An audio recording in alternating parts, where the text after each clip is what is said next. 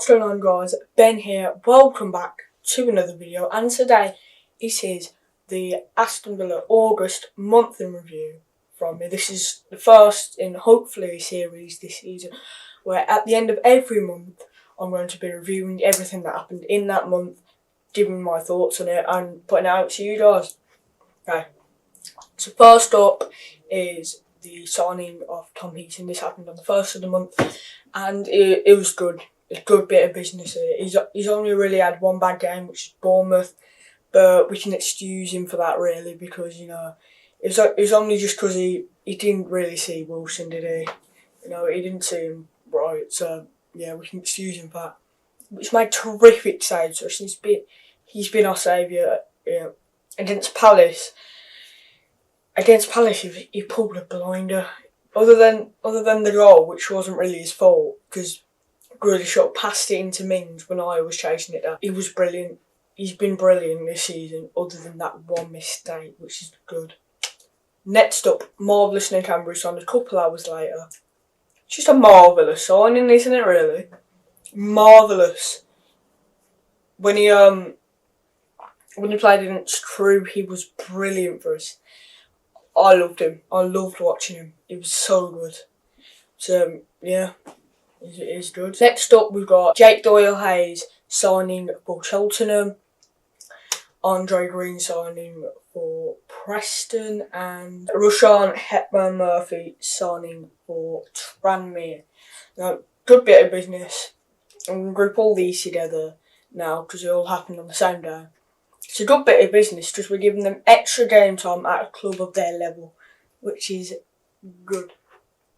Now, the day after this, it was the Leipzig game, which was nice. It was marvellous. It was absolutely brilliant, that game. We were everywhere over a Champions League qualifying side. No, they finished third in the Bundesliga, and little old Aston Villa, who've just been promoted, just smacked them 3-1 with Conor O'Reilly scoring 2 free kicks. Who else? Yeah, McGinn scoring as well. It was an excellent performance that game. Yeah, excellent. No, but I think it might have been a couple of days after Douglas Luiz. He got his work permit. Now, he signed the month before, so I can't comment on the signing, but I can comment on how he's played so far. He's played well. He has played well. You know, we made that mistake for Wilson's goal, but you know we just made 3 easy mistakes in our first 2 games. So yeah, but other than that, it was brilliant. He was absolutely brilliant. You know, exceptional he's been so far. Especially that goal. We'll talk to that more. We'll talk about that more when you know, when we get to the Bournemouth game. Next up, Scott Hogan signed for Stoke. You know, same as the Jake Doyle-Hayes, Andre Green and Rushan Hepburn-Murphy. It's a club at that level, and we're giving them game time there. And we don't really have to care, and we're paying less wages. It's off the bill, so it's good, yeah. It's good, personally. That's good for us. Good bit of business. Next up, the big one. John McGinn, 5-year deal. What a bit of business. What a bit of business. It's like a new signing all over again, this is. Like, we loved him at Villa. We absolutely love him. He's brilliant. Brilliant he is. Absolutely brilliant. He proved it the next day with the Tottenham game. We'll have to get onto that, won't we? Next up, Bjarnason got his contract terminated. Nothing. Not really much to say. You know, he hasn't really played much since that miss against Preston where he stole Tammy Abraham's goal. I'm not forgetting that. BK, he's not watching this. Yeah, I'm not going to. Yeah, he's not really been good. You know, he had his moments under Bruce, but he's not a Dean Smith player. He's getting old now. It's worth it. it's worth spending the bit of money. Yeah. I think he had like a couple of years left in his deal, or 1 year or something. So either way, we would have had to pay it, so, decent. Next up, James Brisson on loan for Luton. Again, I'm going to just say what I've said about Scott Hogan, Jake Hayes, Andre Green and Rashawn Hepburn-Murphy. It's giving them extra game time at a club of his level. Next up, Tottenham game. We were brilliant. Apart from the Jack Grealish mistake. We were brilliant that game. We just made one mistake and that was the end of us, really. But we're never going to beat them. But we played like we would. We played like we would in that first half. And, we did what every club would do when they're coming against a massive team. Well, a massive team now, not historically, obviously, just Tottenham. Yeah, a massive team currently. They've just been in the Champions League final. Like it's brilliant there. No, in that first half, we did what we needed to. And if we played like that in that second half, we would have won. We would have won. But we sat back and we let them attack. We didn't get opportunities. Then we took off Wesley and put on Kodja. Kodja got injured. It's not good. He didn't get injured in the game, but he got injured after it. But no one really cares. He's not going to play anyway. Next up, I didn't talk about the Minion goal. I forgot about that. Yeah, Minion, excellent goal. Excellent bit of hold-up play by Wesley as well. He just took it round and he slotted home. And he showed why he got that 5-year deal, didn't he, boys? Next up, the changes to Villa Park. I'm not really going to talk much about it because it's not interesting, but it is something that happened this month. I'm saying it before the Bournemouth game. I know it happened at the start of the month, but I'm saying it before the Bournemouth game because, the Bournemouth game was the first home game of the season. So I've got to say it then, don't I? Excellent. Villa Park is beautiful. It's excellent. It's a Premier League ground. They've got, they've helped sort of stop getting the rust and all the bad stuff on the concrete block of the North Stand, which definitely needs redeveloping, by the way. Come on, Nasser fanways, please redevelop the North Stand. I have heard from a friend that legroom horrible and and the concourse is literally smaller than one of them. Than a school corridor in the upper. So please do this. And I know I wasn't speaking in proper English, but don't really care, do I? Next up, Bournemouth game now. Well, we were terrible. Gotta put it that. We were terrible. That was the game we had to prove ourselves in. First home game. Stop people from saying, we're doing the follow me. Yeah. That was the game. And we messed up. 2 mistakes. If Heaton didn't go in for that ball, we would have got a goal kick. We wouldn't have conceded a penalty. Probably would have ended up being 1-1. If Douglas Luiz didn't try and dummy it. 1-0. If both of those happened and they didn't score. It's just simple mistakes and it cost us at the end. Douglas Luiz made up for it though with an excellent goal. That's goal of the month for me, isn't it? That right, brilliant. And the syringe came off, which I've got all my notes on. Brilliant. Yeah, what a goal that was! What a goal! Golazo! Brilliant. Absolutely brilliant.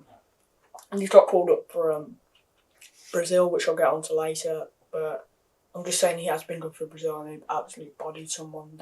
There'll be a link. I think I might link the tweet in the description below if you want to see it. So that made me laugh. Next up, Kevin McDonald getting sacked for bullying. Yep. Yeah, he's had one game as manager and his interim manager recently, and you lost to Millwall. How do you lose to Millwall? Please. Sorry, Millwall fans, if you're watching this. None of you are watching this, but still, how do you lose to Millwall? How? How is that possible? Millwall. I don't really know. Right. Yep. Okay, next up, El Mohammadi signed till 2021. Good bit of business. I believe it's 2021 anyway, Villa didn't really state, but yeah, good bit of business. Good player. He played 2 games in a row and we lost both of them, so we brought in Gil. So we started playing Gilbert and he said, "Why didn't you do that, Dino?" Yep. Next up, Callum O'Hare signing for Coventry. Big bit. Decent. Now that's his level right now in League 1. He rips it up in, I think, League 2, Carlisle. What league is Carlisle in? Carlisle.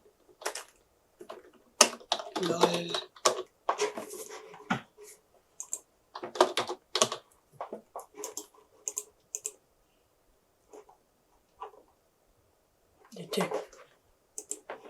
He rips it up in League 2 last season. I was moving up 1 league into League 1 with Coventry, who, you know, now they've got one of our players, it seems like they don't hate us as much, but we know that they really still do, and they will. Next up, the Everton game. Brilliant. Do I need to say anything on how good that performance is? If you watched that game, you would know. We were all over him. Attack. England's number 1. At the time, Jordan Pickford became England's number 2 because of our man, our Lord and our Saviour, Tom Heaton. Excellent.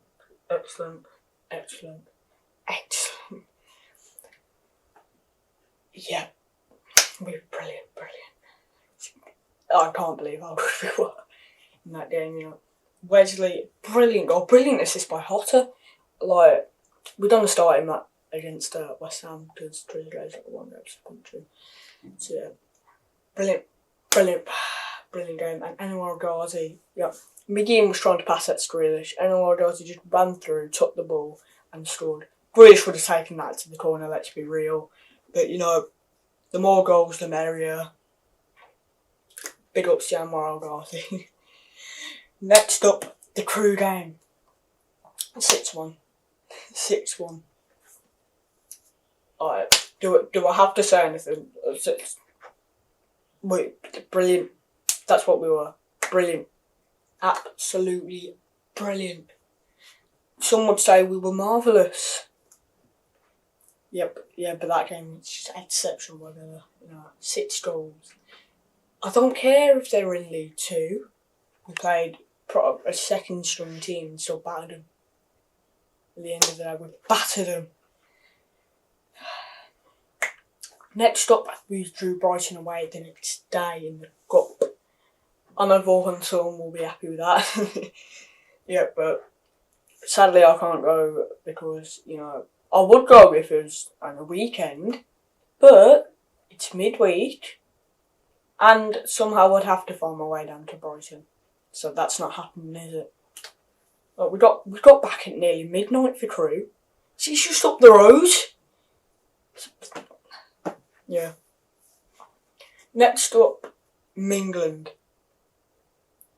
He joined us on the championship.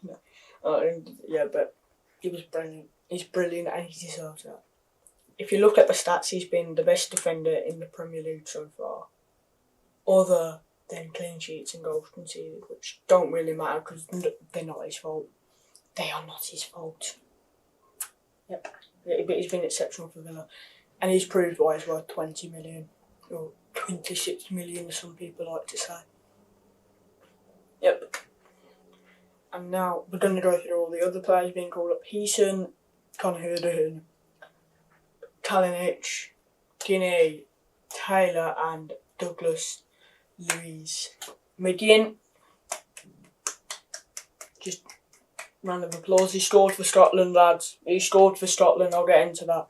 Next month. But yeah, McGinn, brilliant, absolutely brilliant for us. Yep, Heaton.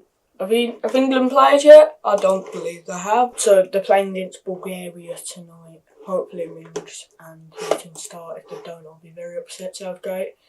And call up Grealish for a Southgate, will you? Yeah. Call up the boy. Yep. So, yep, we've been good. Been good. We'll come and see what the international break makes of it. Yeah, but hopefully we don't get anyone injured during it. But that'd be nice, wouldn't it? Next up, the Palace game. I'm not going to talk about the performance. I'm not going to talk about the idol. I'm going to talk about that incident. What happened there? What happened? What went through Kevin Friend's mind? To think, oh yeah, I've got an idea. Grealish fall over. It must dive. That only explanation.